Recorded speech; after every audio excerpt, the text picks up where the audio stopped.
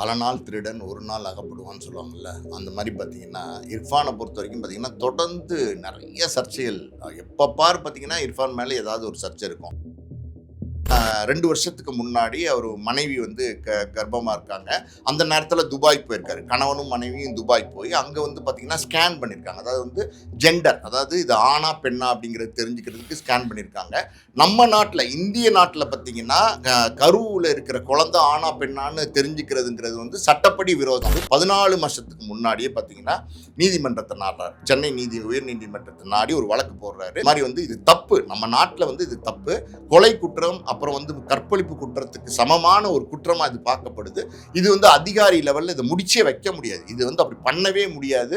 இது ஒருவேளை வந்து இதுல சமரசம் ஏற்பட்டா கூட அந்த சமரசம் நீதிமன்றத்துக்கு முன்னாடி நீதிபதிக்கு முன்னாடி தான் அந்த சமரசம் ஏற்படுத்திக்க முடியுமே தவிர தனிப்பட்ட முறையில் யாராலையுமே இது எந்த அதிகாரத்தை பயன்படுத்தி இதை வந்து முடிச்சு வைக்க முடியாது. இந்த வழக்கை இது வழக்காவே பதிவு செய்யப்படலை. இது வழக்கு பதிவு செய்யப்பட வேண்டும்.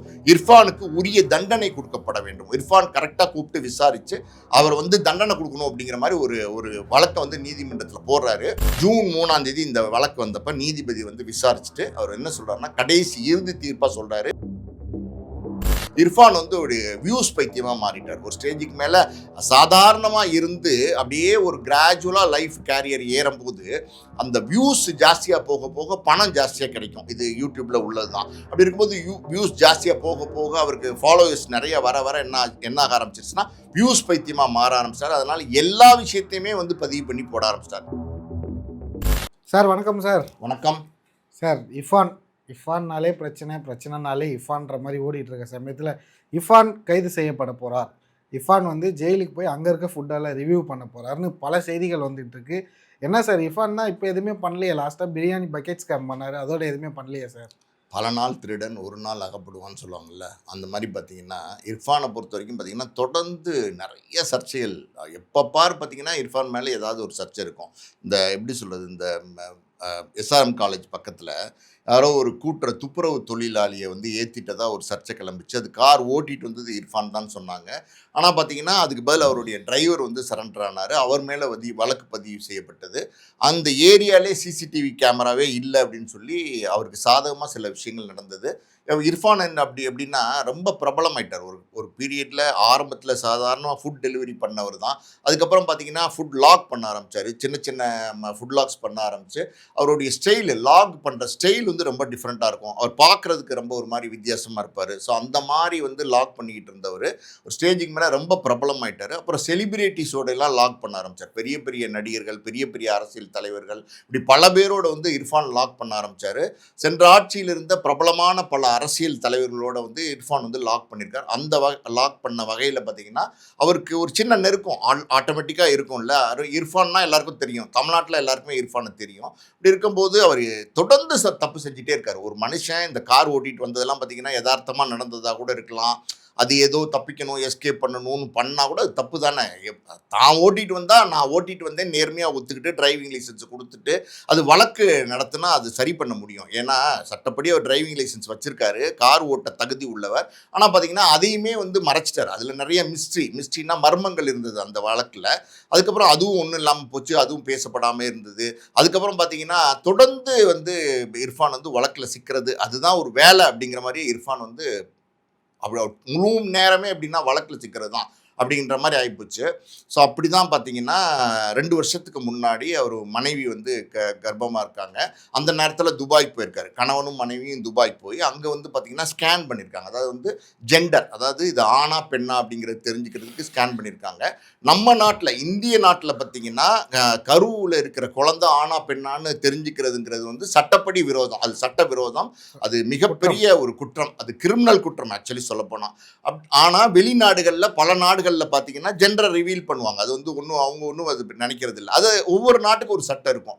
துபாய் நாட்டில் போய் ஒரு ஸ்கேன் பண்ணியிருக்காரு. துபாய் நாட்டில் ஸ்கேன் பண்ணி அது வந்து பெண் குழந்தை அப்படின்னு வந்து தெரிய வந்திருக்கு.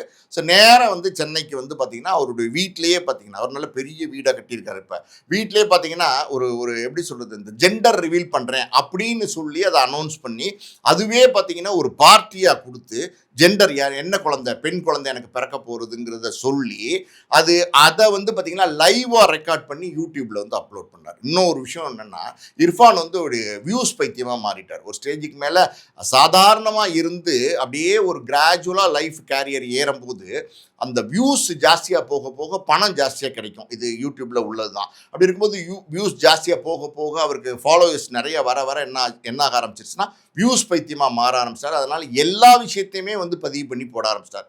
அவர் வீட்டில் பிரியாணி சமைக்கிறதுலேருந்து பல விஷயங்கள், அது தப்பு இல்லை, ஓகே, அதெல்லாம் நம்ம தப்பாக சொல்ல முடியாது. ஆனால் இந்த ஜெண்டர் ரிவீல் பண்ணதுங்கிறது பெரிய சர்ச்சையாக அன்னைக்கு வந்து பேசப்பட்டது.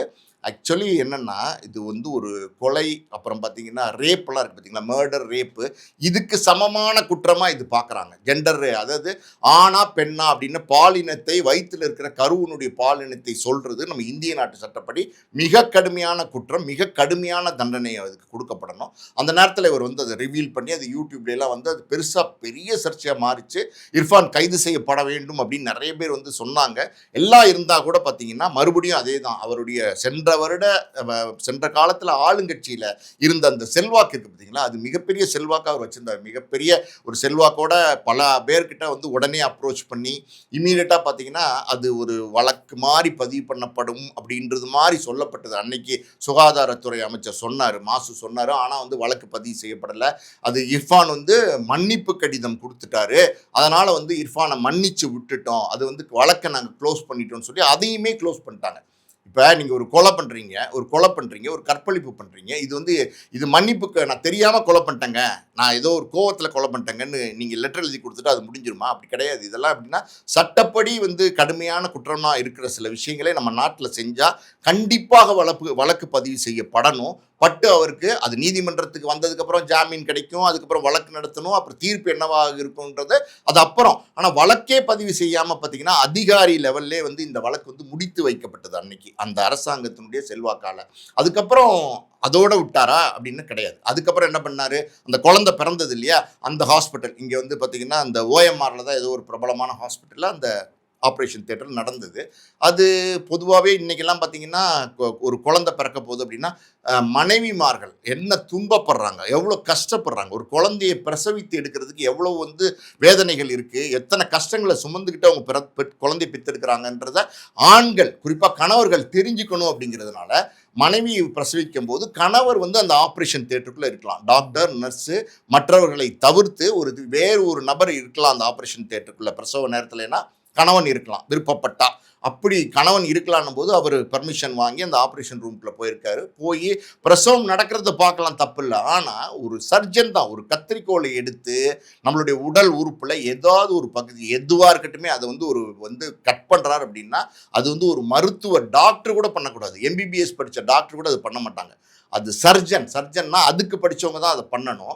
அதை வந்து பார்த்தீங்கன்னா அந்த கத்திரிக்கோளை வாங்கி அந்த குழந்தை வெளியில் எடுக்கும்போது துப்பில் கொடி கட் பண்ணுவாங்கல்ல, அந்த தொப்புள் கொடியை வந்து இர்ஃபான் வந்து கட் பண்ணுறாரு. கட் பண்ணுறதோடு இருந்தால் கூட பரவாயில்ல, அந்த தொப்புள் கொடியை கட் பண்ணுறதை வீடியோவை எடுக்கிறார். அப்போ இவர் தொப்புள் கொடியை கட் பண்ணுறாரு, இவர் தொப்புள் கொடியை கட் பண்ணுறதை வீடியோவை ஒருத்தர் எடுக்கிறாரு. அப்போ யார் அந்த வீடியோவை எடுத்தது? இதெல்லாம் வந்து எப்படின்னா ஏற்றுக்கொள்ள முடியாத விஷயம். ஒரு பெண் பிரசவிக்கிறதுங்கிறது வந்து ரொம்ப ரொம்ப ஒரு பிரைவேசியான விஷயம். அந்த இடத்துல பார்த்தீங்கன்னா இந்த மாதிரியா தொப்புள் கொடியை கட் பண்ணுறதை எடுத்து அதை ஒரு வீடியோ வந்து யூடியூப்ல அப்லோட் பண்ணுறாரு. ஜெண்டர் ரிவீல் பண்ணி அது வந்து பெருசாக பேசப்பட்டு மன்னிச்சிருக்காங்க அவரை. அப்படி இருக்கும்போது இந்த தொப்புள் கொடி கட் பண்ணுறதையும் வந்து ஒரு பெரிய சர்ச்சையாக அப்லோட் பண்ணி பெரிய சர்ச்சையாக மாற்றி அதுவுமே பெருசாக பேசப்பட்டது. அதுக்கும் என்ன சொன்னாங்க அப்படின்னா இது வந்து ஃபைன் போடுவோம், நிச்சயமாக இர்ஃபானுக்கு வந்து தண்டனை கொடுப்போம்னு சொன்னாங்க. ஆனால் அங்கேயுமே எதுவுமே நடக்கலை. ஆனால் அந்த மருத்துவமனைக்கு ஃபைன் போட்டிருக்காங்க. மருத்துவமனைக்கு மட்டும் ஃபைன் போட்டால் போதுமா? மருத்துவமனை அனுமதிச்சதும் தப்பு, இவர் கட் பண்ணதும் தப்பு. இவர் ஒரு டாக்டர் படித்தவங்க, சர்ஜன் தான் கத்திரிக்கோள் எடுக்கணும் போது அதை இவர் பண்ணியிருக்காதுங்க சட்டப்படி குற்றம் தானே. மருத்துவத்துறையில நீங்க கேட்டீங்கன்னா கூட இது மிகப்பெரிய குற்றம். அப்படின்னும் போது இதுக்கும் மன்னிப்பு கொடுத்துட்டாங்க. அதுக்கப்புறம் இந்த பிரியாணி சர்ச்சை இதெல்லாம் விடுங்களேன். இது வந்து எப்படின்னா இர்ஃபான்னாலே சர்ச்சை தான். சமீபத்தில் பார்த்தீங்கன்னா ஒரு எப்படி சொல்றது, ஒரு 1500 ரூபா கூட பெருமானம் இல்லாத ஒரு பிரியாணி, அதில் இல்லை பீஸ் இல்லை ஒன்றும் இல்லை. அதை வந்து பார்த்தீங்கன்னா ஒரு பக்ரீத் நேரம்னு நினைக்கிறேன். அந்த நேரத்தில் பார்த்தீங்கன்னா ஒரு ட்ரிப்ளிகனில் ஐசோஸில் ஏதோ ஒரு ஏரியாவில் இவரே கைலி தொப்பியெல்லாம் போட்டுக்கிட்டு இவரே வந்து இர்ஃபான் பிரியாணின்னும் போது நிறைய பேர் என்ன நினச்சாங்க, இர்ஃபான் வந்து நல்லா குக் பண்ணுவார் போல், நல்ல பிரியாணி சுவையாக பண்ணுவார் போல் நம்பி வந்து வாங்கினவங்களுக்கு எல்லாமே பார்த்தீங்கன்னா வாயில் மண்ணு தான். ஒன்றுமே யாருக்குமே வந்து அதுக்கான உரிய பொருளை கூட வந்து இர்ஃபான் கொடுக்கல. ஒரு சீட்டிங் மாதிரி தான் வச்சுக்கோங்களேன்.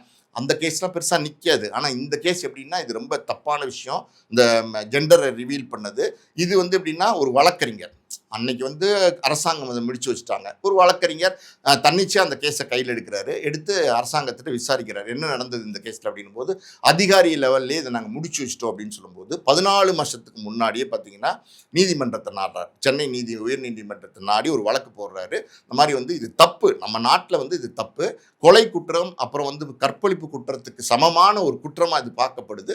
இது வந்து அதிகாரி லெவலில் இதை முடிச்சே வைக்க முடியாது. இது வந்து அப்படி பண்ணவே முடியாது.